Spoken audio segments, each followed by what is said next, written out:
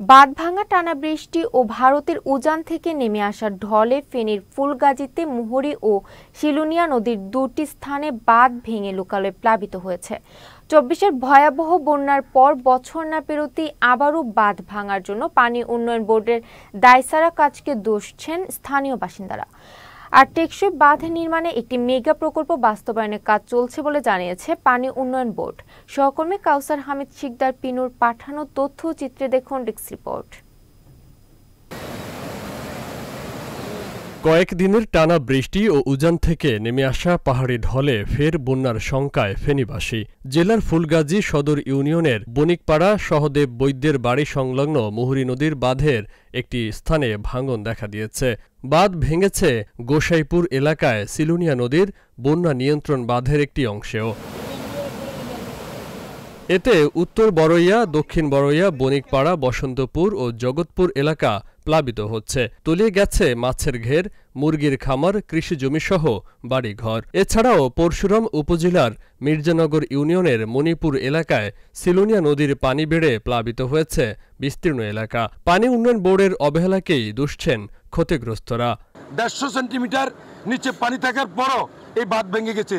সেজন্য আমরা বলবো বাঁধটা টেকসই করতে হবে। সবচেয়ে বেশি যেটা জরুরি প্রয়োজন, এটাকে ড্রেজারের মাধ্যমে এটা খনন করতে হবে। আমরা বড়ইয়া, দৌলতপুর, বিজুপুর, আপনার অনেক ৫টা গ্রাম আমরা একদম ধ্বংস। খেতে বাড়ি নেই, মাছ পুকুরে সবগুলা মাছ গেছে। মানুষের ঘরে বাড়ি পানি, মানুষের কত কষ্ট করতে আছে ওখানে বারবার এটা হয়। যদি নদী সংস্কার না করা হয় তাহলে এই ভাঙন কতটুক টেকসই হবে, আবার আরেক দিকে দিয়ে ভাঙন হবে, আবার আরেক দিকে দিয়ে ভাঙন হবে।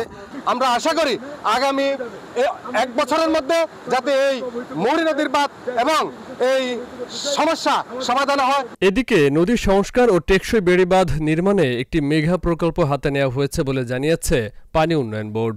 এখানে টেকসই বাঁধ নির্মাণের জন্য একটা প্রকল্প ইতিমধ্যে দাখিল করা হয়েছে ৭,৩৪০ কোটি টাকার। এখানকার জনগণকে এই বন্যার হাত থেকে নিষ্কৃতি দেওয়ার জন্য এই প্রকল্প বাস্তবায়ন করা জরুরি।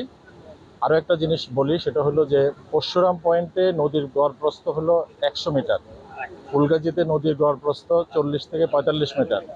আমরা যতক্ষণ পর্যন্ত প্রকল্প বাস্তবায়ন করে নদীর গড়প্রস্থ ১০০ মিটারে না নিতে পারবো, ততক্ষণ পর্যন্ত এখানে বন্যার ঝুঁকি থেকেই যাবে।